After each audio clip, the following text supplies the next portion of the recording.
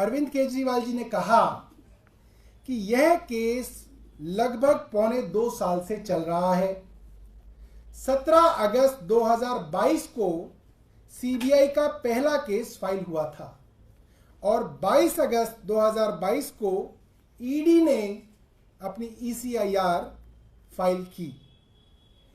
अब मुझे गिरफ्तार किया गया है। ना तो किसी कोर्ट ने मुझे दोषी करार किया है, ना ही मेरे ऊपर कोई मुकदमा चला है, ना ही मेरे ऊपर कोई आरोप तय हुए हैं, ना ही मेरे ऊपर कोई आरोप लगे हैं।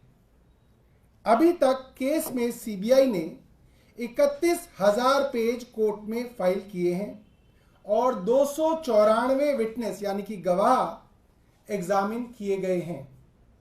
ईडी ने लगभग 162 विटनेस को एग्जामिन किया है और करीब 25,000 पेज फाइल किए हैं। इन सारे विटनेस और कागजों को मिलाकर मुझे क्यों गिरफ्तार किया गया है?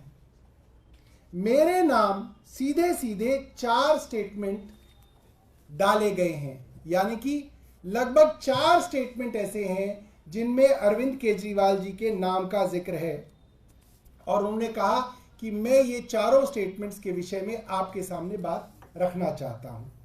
पहला स्टेटमेंट मनीष सिसोदिया जी के तब के सेक्रेटरी सी अरविंद के विषय में था। उन्होंने कहा मेरा नाम 4 जगह आ रहा है।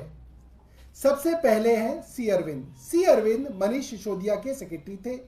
उन्होंने यह बयान दिया कि एक दिन वह मेरे घर में मेरी मौजूदगी में मनीष सिसोदिया जी से उनके कुछ एक्साइज के डॉक्यूमेंट्स हैंडओवर किए, यानी कि सी अरविंद को मनीष सिसोदिया जी ने सीएम साहब के घर पे कुछ एक्साइज के डॉक्यूमेंट्स हैंडओवर किए।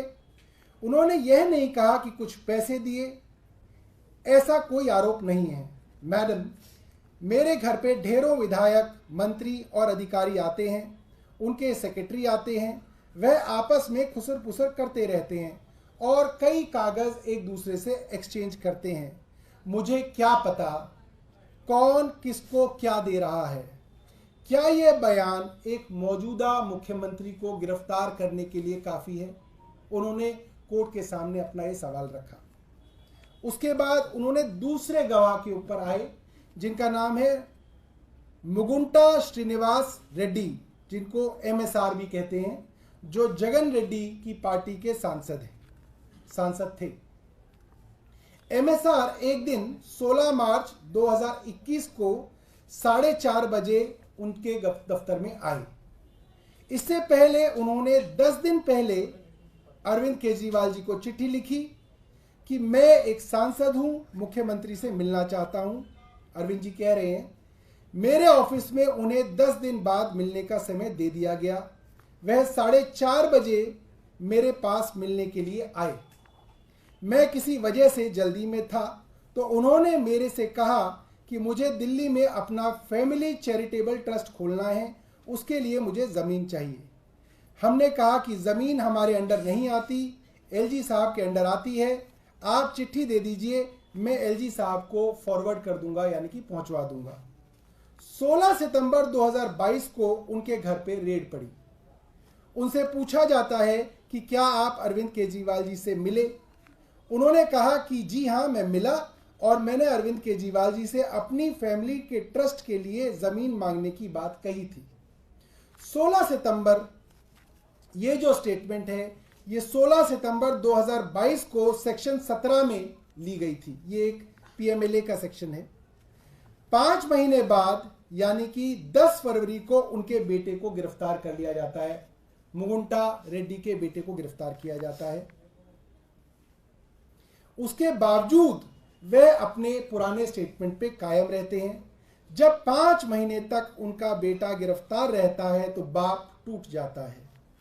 16 जुलाई को उसके पिता अपना स्टेटमेंट बदल लेते हैं, यानी कि राघव के पिता मुगुंटा रेड्डी अपना स्टेटमेंट बदल लेते हैं। बीच में ईडी के लॉयर ने फिर से अरविंद केजरीवाल जी को रोकने की कोशिश की, हल्ला गुल्ला हुआ। अरविंद केजरीवाल जी ने कहा, राजू जी मैं आपका आशीर्वाद चाहता हूं, mister Raju, I need your blessings, please मुझे बोलने दीजिए। और फिर किसी तरीके से दोबारा अरविंद जी ने अपनी बात शुरू की। उन्होंने कहा 16 जुलाई को अपना बयान वे बदल लेते हैं। एक बाप अपने बेटी की गिरफ्तारी के बाद अपना बयान बदलता है और 18 जुलाई को उनका बेटा छूट जाता है। उसके बाद उनका और कोई नया स्टेटमेंट रिकॉर्ड नहीं किया जाता। जो बयान बार बार हो रहे थे उनमें कोई भी बयान अरविंद केजरीवाल जी के खिलाफ नहीं था, इसलिए बार बार नए बयान लिए गए। और जैसे ही अरविंद केजरीवाल जी के खिलाफ बयान दे दिया गया, फिर कोई और बयान की जरूरत ईडी को नहीं थी। बाकी सारे बयान जो है कूड़े के कचरे के डब्बे में, और इस बयान को ईडी जो है कोर्ट के सामने पेश करता। उसके बाद और कोई स्टेटमेंट नहीं लिया जाता। बयान पे बयान हो रहे थे, पर जब तक वो मेरे साथ मेरी मदद के बयान दे रहे थे जिसमें मेरे खिलाफ कुछ नहीं था, तब तक ईडी को उस पर एतराज था। और जैसे ही वह मेरे खिलाफ बयान देते हैं, उनका बेटा छूट जाता है और उनके और बयान लेने बंद हो जाते हैं। और 3 अक्टूबर को उनका माफीनामा हो जाता है, यानी कि वो सरकारी गवाह अप्रूवर बन जाते हैं। ईडी और केंद्र सरकार का मिशन कामयाब हो जाता है। अब तक मैंने 2 गवाहों के विषय में बताया, अब मैं तीसरे गवाह पे आता हूं। फिर अरविंद जी ने कहा इनका मकसद साफ है, ईडी का मकसद साफ है, वो केवल और केवल मुझे फंसाना चाहते थे। सेक्शन 50 में 3 स्टेटमेंट हैं, तीनों बराबर हैं। उनमें से एक स्टेटमेंट को कैसे तवज्जो दी जा सकती है? Each statement carries equal gravity. क्या जांच की गई है? और पश्चिम बंगाल में प्रधानमंत्री नरेंद्र मोदी जी ने कहा कि अगर कोई भ्रष्टाचार का पैसा ईडी के पास आता है, मनी लॉन्ड्रिंग का पैसा ईडी के पास आता है, तो वो कोई ना कोई तरीका ढूंढेंगे इस भ्रष्टाचार के पैसे को और इस मनी लॉन्ड्रिंग के पैसे को देश के गरीबों में बांटने का। उन्होंने कहा कि अगर मैं फिर से प्रधानमंत्री बनता हूं तो मैं कोई ना कोई कानूनी रास्ता इसका निकालूंगा। मैं आज प्रधानमंत्री नरेंद्र मोदी जी से कहना चाहती हूं, ईडी के रेड के बाद मनी लॉन्ड्रिंग के अक्यूज्ड कंपनियों का सबसे ज्यादा पैसा भारतीय जनता पार्टी के पास चंदे के रूप में आया है, इलेक्टोरल बॉन्ड्स के रूप में आया है। जो पैसा ईडी के पास आया है उसको तो देश की जनता में बांटने के लिए आपको कोई कानून बनाना पड़ेगा, लेकिन इन सारे आरोपियों का, ये सारे मनी लॉन्डर्ड पैसे का सबसे बड़ा फायदा, इसकी सबसे बड़ी बेनिफिशियरी भारतीय जनता पार्टी रही है।